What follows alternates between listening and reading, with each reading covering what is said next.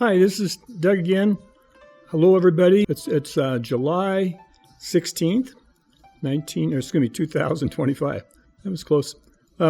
Anyway, I was going to talk a little bit today about my trips to China. I've been about two trips to China, and I remember, and just what we ate for our meal, our diet.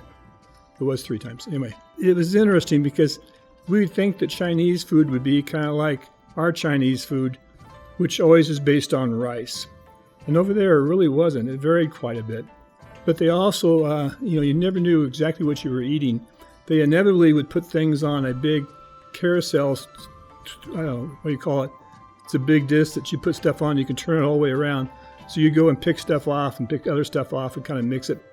And you didn't know if it was something cold and chewy or if it was something hot and whatever.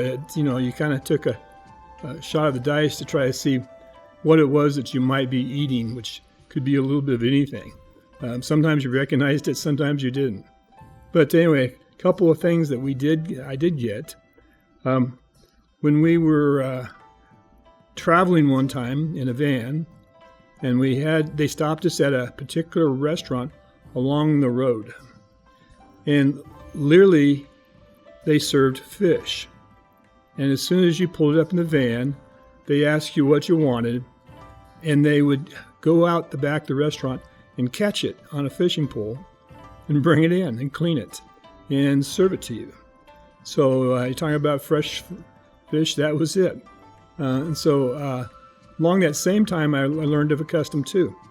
Evidently, one of the things they did is they laid this fish right out on this spindle thing that turns around.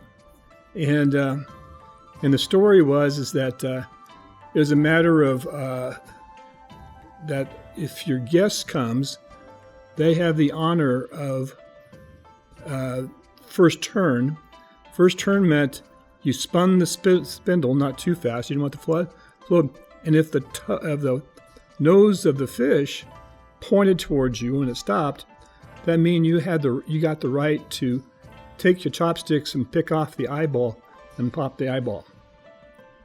Anyway, so luckily we kind of tried to arrange it so it wasn't somebody else besides us that catch these fish. But anyway, so that was one place.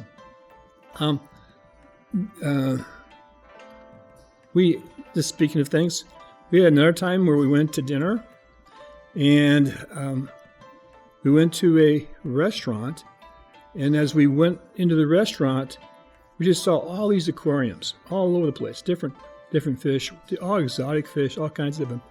And they said, that's your pick out the one you want for dinner. It swims by, you point to it, they'll get it and prepare it for dinner. And we didn't know what half the fish were, but I can remember too, standing over the top of a clear plexiglass. I could look down, and down below they had some alligator down there that was alive. I don't know who could eat a whole alligator, but there it was. But so we enjoyed a meal that was fresh too there. They did try to serve us a few things, which was very traditional. One of the things we did is we got a special birthday dinner at literally the king's quarters. It was it's beyond the normal. I want to call it the castles or the homes of the prince or the ruler and then the emperor, and so they wanted me to try Peking duck. So that's basically duck, right? But they did it and they prepared it a different way.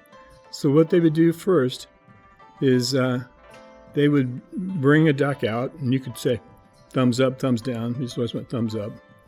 And they would go back and they would cut the duck from top to bottom in half. And that meant right through the top of the skull, through the beak, all the way down. And they basically roasted it as it was there, and they just flayed it and opened it up, and you'd see everything inside that duck that you could eat. Now, they would do also a thing where they would take the bone out and take the bone and crush it, and that was actually like a bone soup. And they would service that. Then they have special sauce that they'd put on the Peking duck. But that was a little bit over the edge, though. The one that was probably the most over edge, and I couldn't do it, but Ross was with me, and he pulled it off. They brought us fried scorpion. Baked scorpion. And so it was a tray, a plate, normal size, and they had some rice bed. Then they had these scorpions, pinchers and all, that were just kind of circled out around the edge of this plate, and you could reach out or grab your chopsticks and try one of those. And so I never got brave enough. Ross did get brave enough, tried them, and you can ask him if they taste like chicken or not.